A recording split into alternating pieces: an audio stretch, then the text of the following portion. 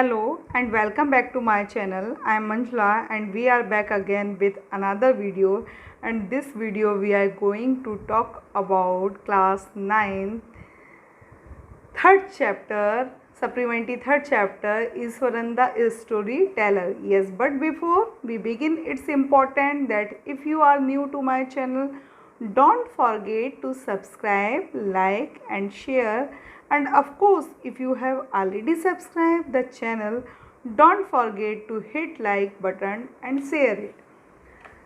तो आज सभी के सामने ईश्वरन द स्टोरी पर डिस्कस कर रहे हैं और ये स्टोरी बताने में जा रही हूँ। स्टार्टिंग जो हुई है, one night Mahendra woke up from his sleep and saw a dark cloudy form. He break out into a cold sweat. Was it a ghost? एक रात को महेंद्र अपनी नींद से जागा और एक काली बादी छवि देखी. उसके पसीने छूट गए. क्या यह एक भूत था? यह कहानी एक नवयुवक महेंद्र तथा गणेश को सुनाई गई थी. महेंद्र द्वारा गणेश को सुनाई गई है. वह एक फर्म में विभिन्न प्रकार के निर्माण स्थल जो होते थे, फैक्ट्री, बांध, उन चीज़ों के लिए किराए में निरीक्षकों को उपलब्ध कराती थी. निरीक्षक मतलब सुपरवाइजर. महेंद्र की नौकरी कार्यस्थल में हो रहे कार्यों पर नज़र रखना था. महेंद्र की जो जॉब थी, कार्यस्थल में हो रहे कार्यों पर नज़र रखना था. उसे अपने मुख्य ऑफिस के आदेश के अनुसार इधर उधर घूमने रहना पड़ता था. कोयले की खान के क्षेत्र से किसी रेलवे पुल निर्माण के स्थल तक, वहाँ से कुछ महीनों के बाद किसी रसायन संयंत्र पर काम करने जाना होता था. वह कुंवारा था. उसकी ज़रूरतें सामान्य थी और हर प्रकार की विषम परिस्थिति में समन्वय स्थापित करने में सक्षम था. चाहे कोई घटिया सर्किट घर हो, चाहे पत्थरों की खदान के बीच कोई काम चलाऊ तंबू. परंतु इसका रसोइया ईश्वरन उसके लिए बड़े काम का आदमी था. रसोइये को महेंद्र से बहुत लगाव था और जहाँ भी महेंद्र का स्थानांतरण होता था तो वह उन्हीं के साथ खुश होकर जाता था. वह महेंद्र के लिए भोजन पकाता, उनके कपड़े धोता तथा रात को उनके साथ गप्पे मारता था. वह विभिन्न विषयों पर अनंत कहानियाँ किस्से गढ़ा करता था. महेंद्र के साथ मैं यही बताया है कि कैसा है, किस प्रकार का है, क्या है. तो महेंद्र जो है वो महेंद्र द्वारा गणेश को सुनाई जाने वाली कहानियाँ हैं. यहाँ पर वो बताया गया है, एक नवयुवक महेंद्र द्वारा गणेश को सुनाई गई थी, वो चीज़ है. Iswaran also had an amazing capacity to produce vegetable. अच्छा, ईश्वर में एक अद्भुत क्षमता थी जिससे वह सब्जियाँ और पकाने की अन्य वस्तुएं न जाने कहाँ से उत्पन्न कर देता था. जहाँ मीलों कोई दुकान दिखाई नहीं देती थी, वो मसाले सब इंग्रेडिएंट्स कहाँ से उत्पन्न कर देता था. वह जिंक सीड के आश्रय के नीचे कार्यस्थल पर 1 घंटे के अंदर ताज़ी सब्जियों से बने भोजन चमत्कारपूर्ण तरीके से तैयार कर देता था. महेंद्र जो है सवेरे उठकर नाश्ता लेकर अपने काम पर चला जाता था. उसके लिए कुछ तैयार भोजन ले जाता था. इसी बीच ईश्वरन छप्पर को सुधारता, कपड़ों को धोता और फिर पानी की कई बाल्टियों को उड़ेलता, अपने पानी की कई बाल्टियों से मज़े से नहाता था. उसी दौरान वो कोई प्रार्थना भी गुनगुनाता था. इतने में दोपहर के भोजन का समय हो जाता था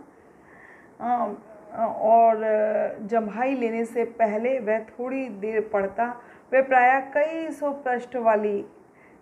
पृष्ठ वाली जो है एक तमिल भाषा की रोमांचक पुस्तक पढ़ता था. उसमें दिए गए काल्पनिक वर्णन व वृतांत ईश्वरन के मन को बहुत भाते थे. उसके जो स्वयं के वृतांत थे, तमिल लेखकों से सर्वाधिक प्रभावित होते थे, जिन्हें वह पढ़ता था. जब भी वह किसी छोटी सी घटना का वर्णन करता था और उसमें रहस्य तथा आश्चर्यजनक अंत उत्पन्न करने का प्रयास करता था. उदाहरण के लिए, जब उसे यह कहना होता था, for example, instead of saying that he had come across N uprooted tree on the highway, जब उसे यह कहना पड़ता होता था कि उसने राजमार्ग पर, सड़क पर जड़ से उखड़ा पेड़ देखा वह आईब्रो को चढ़ाकर और हाथ को नाटकीय ढंग से हिलाकर कहता था। सड़क जो था वो द रोड वॉज डेजर्टेड, सड़क जो है रेगिस्तानी, और I was alone and I was all alone, मैं बिल्कुल अकेला। अचानक सड़क पर जब मैं कोई वस्तु देखता तो लगता है मानो कोई बड़ा भारी झाड़ीदार पशु सड़क के आर पार पड़ा हुआ है। वापस लौटने का मेरा आधा मन हुआ, परंतु जब मैं समीप गया तो देखा गिरा हुआ पेड़ था। उसकी शाखाएं spread out, branches spread out, उसकी शाखाएं जो है फैली हुई थी। महेंद्र अपनी किरमिच की कुर्सी पर बैठ गया, लेटा हुआ, क्या है, back in the canvas chair, हाँ, back stretch in the canvas chair and listen to Eswaran tells uncritically. Mahendra अपनी किरमिच की कुर्सी पर लेटा हुआ ईश्वरन की कहानियों की आलोचना किए बिना सुनता रहता था।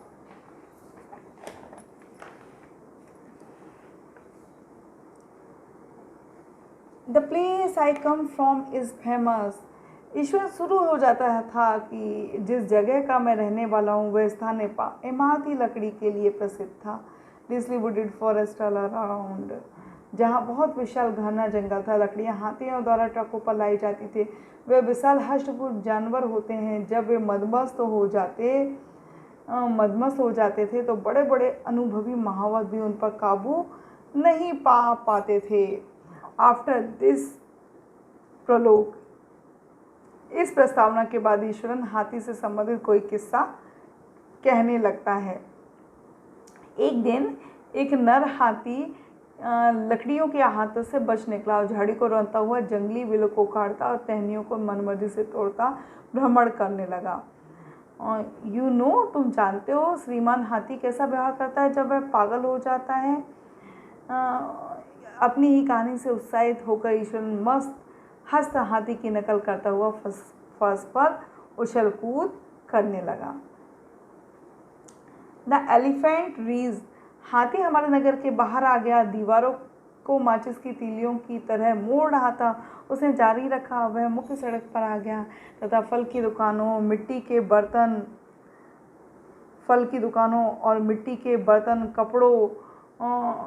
कपड़ों की दुकान, सभी को तहस नहस कर डाला। लोग घबराकर इधर उधर, हट स्कैटर इन पैनिक, लोग घबरा कर इधर उधर भागने लगे। अब हाथी ईंट की दीवार को तोड़ कर के स्कूल के मैदान में आ गया जहाँ बच्चे खेल रहे थे। और इसी बीच में क्या हुआ, सभी बच्चे अध्ययन कक्ष में घुस गए और दरवाजे कसकर बंद कर लिए। द बीस्ट, हाथी चिंघाड़ता हुआ घूम रहा था। फुटबॉल के गोल पोस्ट को खींचता हुआ वॉलीबॉल का नेट उखाड़ दिया उसने। Volleyball net kicking and flattering, और पानी का ड्रम ठोकर मारकर चपटा बना दिया। तथा सभी झाड़ियाँ उसने उखाड़ डाली। अब रूटेड द श्रब। मीनवाइल, इसी बीच सभी अध्यापक स्कूल की छत पर चढ़ गए। वहाँ से वे बेबस होकर हाथी की विनाश लीला देख रहे थे। मैदान में there was not a soul below on the ground, मैदान में नीचे एक भी व्यक्ति नहीं था। द स्ट्रीट वर एम्प्टी, गलियाँ ऐसी खाली पड़ी थी मानो संपूर्ण नगर के निवासी अकस्मात गायब हो गए हों। सडनली एंटायर टाउन, संपूर्ण नगर के जो निवासी हैं अकस्मात गायब हो गए हों। आई वॉज स्टडिंग, अब मैं उस समय छोटी कक्षा में पढ़ता था। In the junior class at that time and was watching, ऊपर से पूरा नाटक देख रहा था। ना जाने मुझे अचानक क्या सूची, एक अध्यापक यहाँ से छड़ी लेकर मैं सीढ़ियों के नीचे उतर के आंगन में आ गया। Roof top, I don't know what came over me suddenly. हाथी चिघाड़ा, I grabbed a cane from the hands of the teacher and ran down the stairs into the elephant country. हाथी चिघाड़ा और मुझे डराने के लिए टहनी हिलाई जो उसने अपनी सूंड में पकड़ रखी थी। उसने जोर से धरती पर पाँव मारा जिससे खूब सारी मिट्टी व धूल उड़ी, डस्ट। इट लुक्ड फ्राइटनिंग, यह उसे देखकर डर लगता था, परंतु मैं हाथ में डंडा पकड़े उसकी ओर बढ़ा। I move slowly towards it, stick in hand. People were watching, और लोग आसपास के घरों से ऊपर से नज़ारा देख रहे थे। हाथी ने क्रोध से मुझे देखा, मुझ पर टूट पड़ने को वो तत्पर था। वह अपनी सूंड उठाकर जोर से चिंघाड़ा। उसी क्षण में उसकी ओर बढ़ा, अपनी पूरी शक्ति जुटाकर उसके तीसरे नाखून पर जोर से डंडा मारा। Force raked is third tonal on the quick, तीसरे नाखून पर मारा। द बीस्ट लुक स्टर्न्ड, अब क्षण के हाथी को मूर्छा आ गई, फिर उसे कपकपी आई और वह लुढ़क गया। यहाँ पहुँचकर ईश्वरन एट दिस पॉइंट, यहाँ पहुँचकर ईश्वरन कहानी का अधूरा छोड़कर गुनगुनाता हुआ कहता है, I will be back after lightning the gas and warning up the dinner. मैं गैस जलाकर और शाम का खाना गर्म करके अभी आया। महेंद्र जी कहानी को बड़े ध्यान से सुन रहे होते, वह अधूरा रह जाता है। जब ईश्वरन लौटता है तो वह कहानी को आते हुए भी शुरू ना करता। महेंद्र उसे याद दिलाता है, Mahendra would have to remind him, याद दिलाता है कि that the conclusion was pending, कि अभी तो कहानी समाप्त नहीं हुई है, पेंडिंग है उसका conclusion. Well veterinary doctor was some, तब ईश्वरन कहता है, हाँ, हाथी का उपचार करने एक पशु चिकित्सक को बुलाया गया। 2 दिन के बाद उसका महावत उसे जंगल में ले गया। अच्छा, तुमने उस हाथी का कैसे प्रबंध किया ईश्वरन? तुमने उस जानवर को कैसे गिरा दिया? इसका संबंध जापानी कला कराटे, जापानी जो कला होती है कराटे जूजित्सु से था। मैंने है ना इसके बारे में कहीं पढ़ा था, तुम जानते हो इससे नाड़ी तंत्र अस्थाई रग से शिथिल हो जाते हैं। नाड़ी तंत्र होते हैं ना, जब तीसरे पैर में नाखून में मारा जाए तो शिथिल हो जाते हैं। One morning when Mahendra was having breakfast, कोई भी दिन ऐसा नहीं होता था जिस दिन ईश्वरन रोमांचक कहानी ना, चाहे विश्वसनीय हो अथवा नहीं हो, और महेंद्र को कहानी नहीं, नाउ अ डे पास, एक second 20, it has something to do Japan yard, okay, not a day past, कोई भी दिन ऐसा नहीं होता था कि जिस दिन ईश्वरन कोई रोमांचक कहानी ना सुनाए, चाहे कहानी विश्वसनीय हो अथवा नहीं। महेंद्र को कहानी सुनने में बहुत मज़ा आता था। enjoyed listening to it because of the inimitable way, क्योंकि ईश्वरन के सुनाने का ढंग अजीब था। ईश्वरन के कारण महेंद्र को अपने आवासीय कमरे में टीवी की कमी का अनुभव नहीं होता था। एक सुबह वन मॉर्निंग, सुबह जब महेंद्र नाश्ता कर रहा था, ईश्वर ने पूछा कि श्रीमान जी, क्या आज रात शाम भोजन में क्या विशेष चीज़ बनाऊं? Can I make something special for dinner tonight sir? आज का दिन after all day is an auspicious day, शुभ दिन है। अकॉर्डिंग टू ट्रेडिशन, परंपरा के अनुसार we prepare various delicacies to feed the spirit of our ancestor today sir. परंपरा के अनुसार जब हम अपने पूर्वजों की आत्माओं को तृप्त करने के लिए स्वादिष्ट पकवान तैयार करते हैं। उस रात महेंद्र ने अत्यंत स्वादिष्ट व्यंजनों का मजा लिया। ईश्वरन की पाक कला की प्रशंसा की। ही सीम्ड, वह बहुत खुश प्रतीत हो रहा था। वह मतलब कौन? ईश्वरन। परंतु अचानक उसने भूत प्रेतों की कहानी शुरू कर दी। In a most garage account involving super natural. You know sir, श्रीमान आप जानते हैं, इस फैक्ट्री को का संपूर्ण क्षेत्र शमशान भूमि थे। Where occupying was once a burial ground था, शमशान भूमि थी। He started, Mahendra was jerk out to the pleasant reverie, और फिर भी महेंद्र संतोषजनक भोजन करने के पश्चात एक झटके से ख्वाब में डूब गया। I knew on the first day, मैं तो उसी दिन से जानता था कि जब मुझे रास्ते में पड़ी खोपड़ी और हड्डियाँ मिली थी, skull lying on the path. Even now I come across a number of skull and bones. Iswaran continue, Iswaran ने कंटिन्यू रखा कि है ना, कहते मैं तो उसी समय से जानता था कि क्या बोलते हैं, मेरे को है ना खोपड़ी और हड्डियाँ मिली, फिर भी अभी मुझे बहुत सी खोपड़ियाँ और हड्डियाँ मिली। ईश्वर ने कहना, उसने जो सुनाना जारी रखा है कि मुझे कभी कभी रात में कैसे भूत दिखाई देते हैं। मैं श्रीमान जी इन चीज़ों से आसानी से नहीं डरता। मैं एक बहादुर व्यक्ति हूँ, परंतु एक स्त्री का भयानक भूत पूर्णिमा के आधी रात को दिखाई देता है। वह कुरूप प्राणी है जिसके उलझे बाल, चेहरे पर झुर्रियाँ पड़ी हैं, कंकाल की तरह है, जो अपने हाथों में भूड़ लिए होती है। अब यहाँ पर वो बताता है, after hearing Ishwar story of the female ghost he avoided looking out his window altogether. When the moon was. अब ये सारी स्टोरी के बाद उसके साथ देखो क्या होता है कि महेंद्र ये वर्णन सुन करके काँप उठता है, शिवर, और आवेश में आकर तेजी से रोक दिया। तुम मूर्ख हो ईश्वरन, प्रेत या आत्मा नाम की कोई चीज़ नहीं होती, यह सब तुम्हारी कल्पना मात्र है। Imagination, your imagination. अपने पाचन तंत्र को ठीक करो, पाचन तंत्र को ठीक करो, तुम्हारी कल्पना मात्र। और शायद अपने मस्तिष्क को तुम बकवास कर रहे हो। वह सोने के लिए रात में कमरा छोड़कर आराम करने चला गया तथा ईश्वरन 2-3 दिनों तक परेशान रहेगा ऐसी अपेक्षा कर रहा था, परंतु अगली सुबह वह रसोइया को इतना ही प्रसन्न व बातूनी पाकर आश्चर्यजनक रहा। Cheerful and talkative as ever. From that day, उस दिन महेंद्र को सोते समय कुछ बेचैनी रही होगी। हर रात वह अपने बिस्तर के समीप वाली खिड़की में से बाहर अंधेरे में झांकता था, यह देखने के लिए कि आसपास कोई छाया घूम रही है, परंतु उसे अंधेरा ही अंधेरा दिखाई देता था। मीलों दूर फैक्ट्रियों की टिमटिमाती रोशनी उसे पूर्णिमा की रात में चांदी में खुला सफ़ेद भू दृश्य बहुत सुंदर लगता था, बहुत ही सुंदर।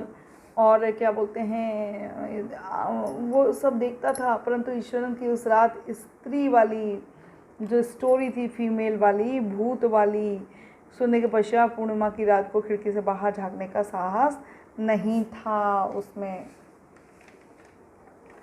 एक रात अपनी खिड़की के समीप विलाप करने की ध्वनि सुनकर नींद से जागा और at first he put it down to a cat running.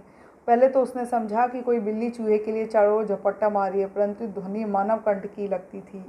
But the sound was too guttural for a cat. He resisted the curiosity to look out lest he should behold a sight जो बिल्ली की नहीं थी। उसे बाहर देखने को उत्सुक हुई, परंतु उसे डर लग रहा था कि कहीं ऐसा ना हो कोई छाया उसे जकड़ ले जिससे उसके दिल की धड़कन बंद हो जाए।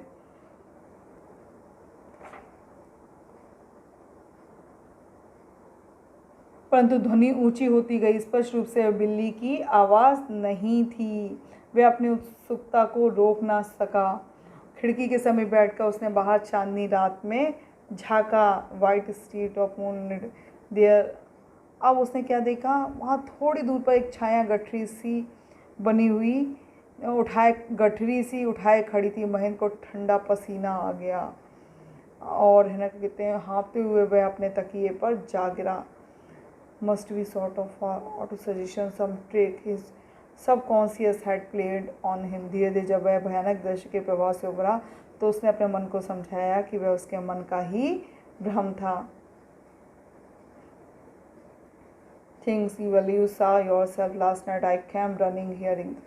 अब ये देखिए क्या होता है। बाय द टाइम जब सवेरे जब वह उठा, नहाया और नाश्ता करने अपने कमरे से बाहर आया तो रात वाली भयानक घटना उसके मन से निकल चुकी थी। ईश्वर ने दरवाजे पर उसका दोपहर के भोजन का पैकेट व थैला थमाया। Just as Mahendra was stepping out, Eswaran groaned and sad.